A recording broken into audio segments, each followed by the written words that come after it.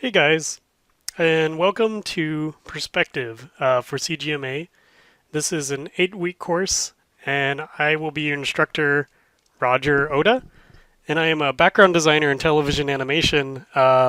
So, sort of my experience and my point of view, this class is going to be an environment-based learning class, and the point of perspective is to convey a sense of real space and depth onto a 2D image.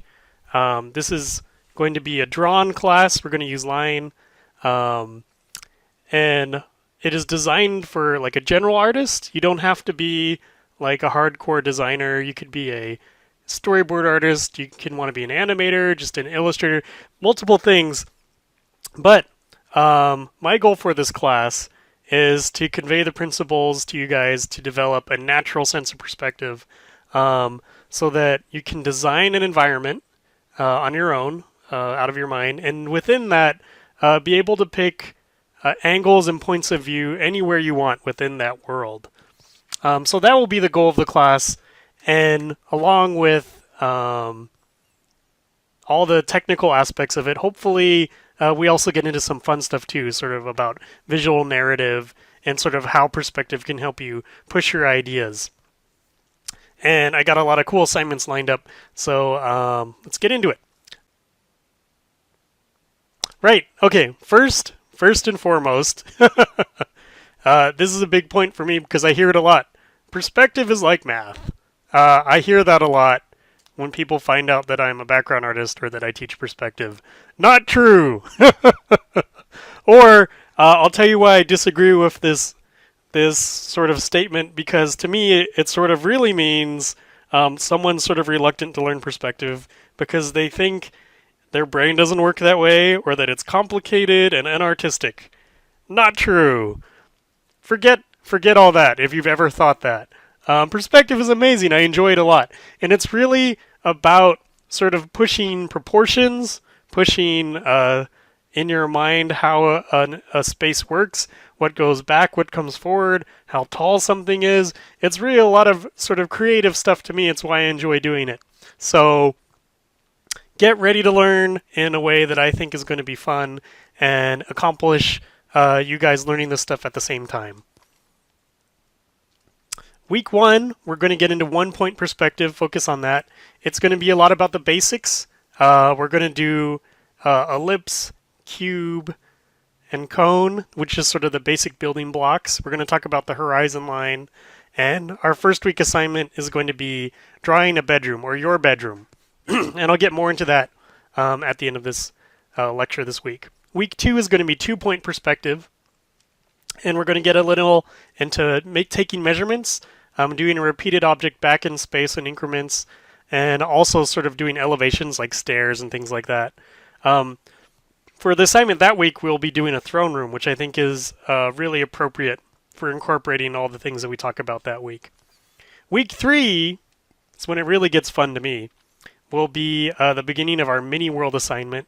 We'll be talking about 3-point perspective, and we'll also be designing a world within a world. By that I mean 2 scales. Maybe like an everyday object, and within that world, like a miniature world where a tiny environment lives. So you'll be designing that for a multi-week assignment. That'll go to week 4, which the topic will be thumbnailing, and that's when we'll take the space from the previous week and get you guys to sort of like try and work your way around the environment using 1, 2, and 3-point perspective, exploring multiple ways of looking at this space. Week 5, I'll be talking about organic drawing within perspective. Perspective is really easy to sort of learn through architecture or straight lines, things that are very obvious. But obviously you're not always going to be drawing just buildings.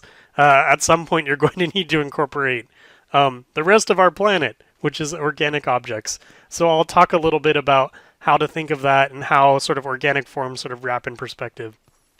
Week 6 is panning, which is a term from animation or my background, but it's really sort of about very long format illustrations, either long horizontally or vertically, which incorporate a bending of perspective or a changing of perspective.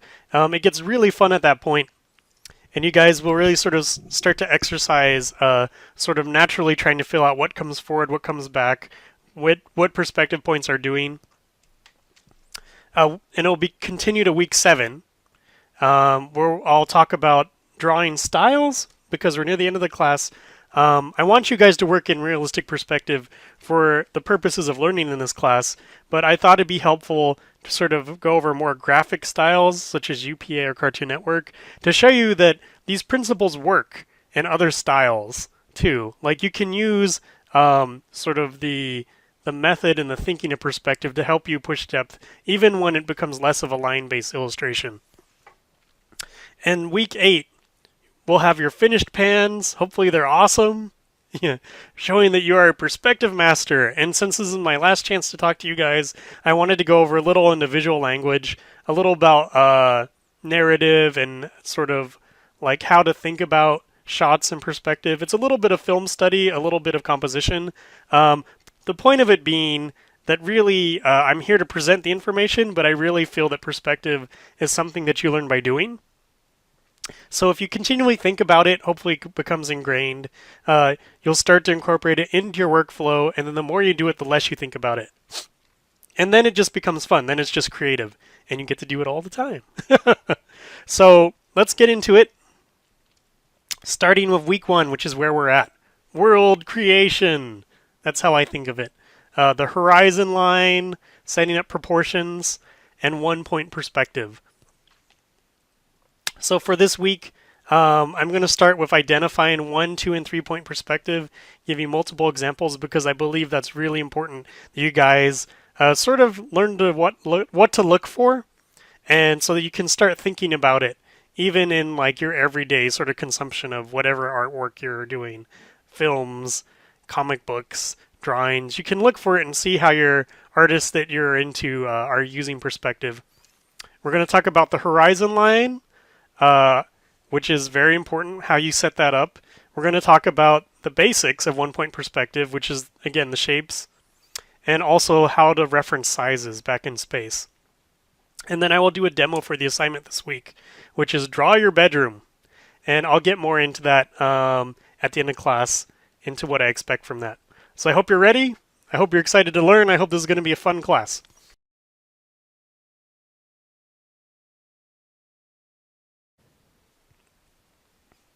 Hey guys, I thought I would start this class by going over 1, 2, and 3-point perspective really quickly and how to identify each of the perspectives. And I think this is really useful because I feel like throughout the class you should be able to look at different perspective, not just through the assignments, not just through like my lectures and what I'm showing you, but be able to actually start using this information and looking at the artwork that you appreciate and the things around you, and identifying the different types of perspective being used in, maybe after you become better at just looking at it and seeing it right away, then we can get onto stuff like thinking about why it's being used or how it's being used. And this is something you can do without actually having to sit down and draw out an assignment, but also just look at, just artists you admire or things that you enjoy anyway, and realize how perspective is being used in that way. So I have grabbed a bunch of images, which I do anyway. In my day-to-day work, I like to inspire myself every day, so I sort of collect images. And it can come from all sorts of sources. It doesn't have to be drawing. This is a drawing class.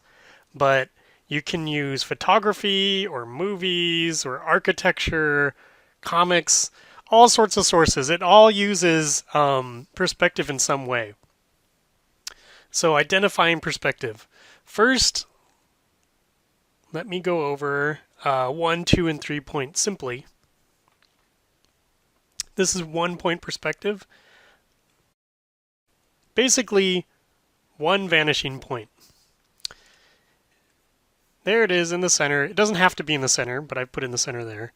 You're basically looking at a flat picture plane. Your horizon line is straight across here. Everything is going to converge to this point. And you're not going to have any sort of tilts or angles, Everything that comes across the picture plane is either going to be a straight horizontal or a straight vertical. And if it's not that, it's going to your vanishing point here. That's a 1-point perspective. Think of it as being parallel to whatever you're looking at, which is why you get these straights, right? Straight up and down, straight across. You're looking at a flat plane. You're getting depth, like it's radiating from here, but you're not getting much besides that, which is not to mean it's a bad way or that simple is bad. I mean, there are many interesting ways to use 1-point perspective. There are a lot of directors that use it as a style. Stanley Kubrick being one of them. There's a lot of really cool analysis. You can look on YouTube. There's a bunch of videos talking about his use of 1-point perspective. But be aware of how to see it. One of the reasons why it's effective for some people is it's very deliberate. Not exactly a candid or a natural shot, but, it's a staged sort of shot. So that's 1 point. 2-point perspective is you have 2 points. And what you're introducing is angles. You get a little bit more depth because you're able to see the thickness or around certain things, like around a corner. Oops, what was that? All right, anyway. So you're able to see the edge of something here because you have that second vanishing point. You no longer have to just go straight across, right? You can go to this, there's another vanishing point to go to. You're still not going to deviate from verticals. Things are still going pretty much straight up and down, but now you have across the horizon a grid forming. You have another way of going. And so you get to see these angles, except you're not really, you're still looking straight across at the horizon.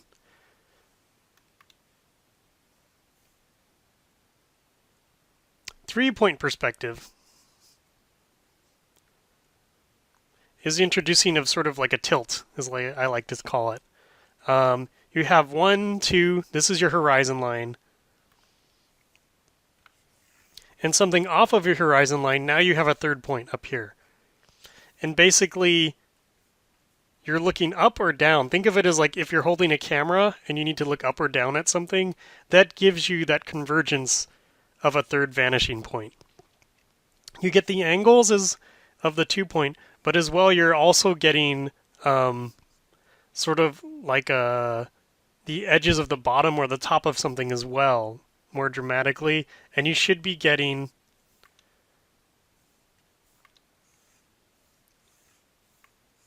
either a point that's converging up here or going down here, which usually will dictate whether you're looking up or down. So that's 1, 2, 3 perspective. And I would like to go through some examples.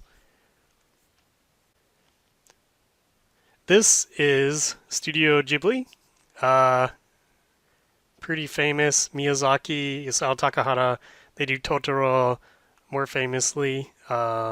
Spirited Away, things like that. But this is 1-point perspective. It's subtle here. It's more deliberate here. You can see it in the alleyway. You're getting this point back here. Everything's following this. But again, these poles, these slats on the fence, straight up and down. The sides of these walls here are straight across. The depth all comes from this 1 point here. Here's your horizon. Here it's more subtle. It's not as deep a space, but I still feel like this is 1-point perspective. And again, the flat across, the flat up and down. And I'm going to show these two again so that you can see 2 different views of them. This is a cool piece of architecture. It's a store in Paris, Victor and Rolf. We're going to get into the next week, stairs and elevations, but essentially this is 1 point still. It's all converging here. And again, see the tops of these pillars, these squares, straight across, straight up and down.